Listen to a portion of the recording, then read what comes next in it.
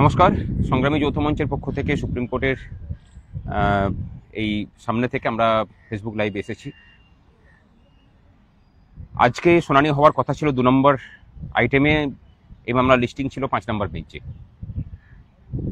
যথারীতি গতকাল থেকেই এই প্রচেষ্টা রাজ্য সরকারের যিনি লিড কাউন্সিলর ছিলেন অভিষেক মনু সিংভিজি, তিনি চেষ্টা করে যাচ্ছিলেন যাতে এই মামলাকে পিছিয়ে জুলাই মাসের দিকে নিয়ে যাওয়া যায়।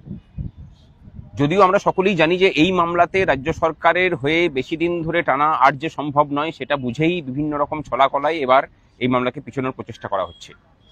আমরা সেসব জানি এবং সেই তার বিরুদ্ধে আমাদের যে রণকৌশল সেগুলোও আমরা রেডি করেছি, এবং রেডি করেছি বলেই উনি খুব চেষ্টা করেছিলেন যাতে করে আগামী জুলাই মাসে এই মামলাকে পিছিয়ে দেওয়া যায়। সেটা সফল হয়নি। উনি অন্য একটা পার্ট হার্ড ম্যাটার যেটা সুপ্রিম কোর্টে চলছে, সেখানে ভারতবর্ষের প্রায় সব বিখ্যাত আইনজীবীরাও আছেন, আমাদের হরিশ সালভেজিও সেই মামলাতে যুক্ত আছেন। গত সোমবার থেকে সেই মামলা চলছে এবং শুক্রবার পর্যন্ত পার্ট হার্ড ম্যাটারে আছে।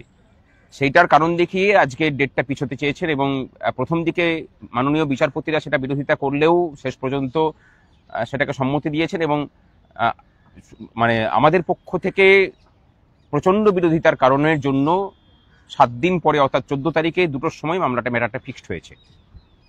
14 তারিখ আশা করছি এটা শুনানি হবে, এবং সংগ্রামী যৌথ মঞ্চের পক্ষ থেকে সর্বশক্তি নিয়েই এই মামলাতে কর্মচারীদের পক্ষের বক্তব্য রাখা হবে। হতাশ যে একদম নই তা নয়, কিন্তু হতাশ হলে পরেও লড়াইয়ের জোরটা আরো বেশি করে বাড়ছে এই কারণের জন্য যে যতই চেষ্টা করুক এখন আর 5-6 মাসের বিরতিতে ডেট পড়ার কোনো জায়গা নেই। 1 সপ্তাহ পরেই আবার মামলা শুনানি আছে। এই মামলায় জয় অবশ্যম্ভাবী, এবং জিতবো আমরা। সমস্ত কর্মচারী পক্ষ এই মামলায় জয়ী হবে। এবং আজকে দেখেছেন যে সমস্ত পক্ষের আইনজীবীরা কিভাবে লড়াই করেছেন কর্মচারীদের পক্ষে। আপনাদের মনে হতে পারে যে এটা একটা হতাশার বিষয়, কিন্তু আমি বলবো যে না, হতাশার নয়।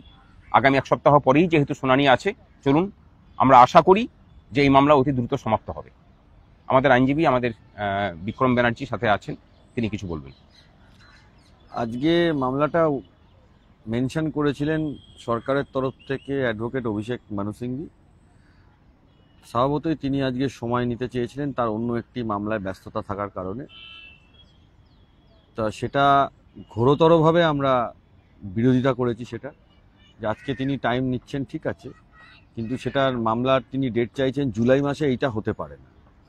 সেটা ঘোরতর যে আমরা বিরোধিতা করেছি, সেই বিরোধিতাটা জজ সাহেব আজকে রেকর্ডও করেছে, এবং 14 তারিখ 2টোর সময় উনি ফিক্স করেছেন মামলাটা শুনানি করবেন বলে। যতই টাইম নেওয়ার চেষ্টা করুক, যতবার টাইম নেওয়ার চেষ্টা করবে রাজ্য সরকারের তরফ থেকে, এখন থেকে ঘোরতর বিরোধিতা হবে এবং লম্বা ডেট আর হবে না। হ্যাঁ, সময় যায়, আদালতে মামলা হলে এটা একটা ব্যাপার, এটাও একটা প্রসেস। সব পক্ষকে শুনানি না করলে একটা বিচার প্রক্রিয়া তো পুরোপুরি শেষ হয় না। তাই জন্য সব পক্ষকে কিছু তো সময় দেবেই, এটা তো অস্বীকার করার জায়গা নেই। হ্যাঁ, কম বেশি টাইম যে কেউ নিতে পারে, কিন্তু এখন যেটা আমরা টার্গেট নিয়েছি যে কোনোভাবে যদি লম্বা ডেট চাওয়া হয় বা কিছু হয়, কারণ এক পক্ষ ইন্টারিম অর্ডার এনজয় করে যাবে সারা জীবন, আরেক পক্ষ ইন্টারিম অর্ডারের জন্য আটকে থাকবে, সেটা হতে পারে না। সেই জন্য ঘোরতর বিরোধিতা করা হয়েছে, এবং ভবিষ্যতেও সময় চাইলে ঘোরতর বিরোধিতা করা হবে।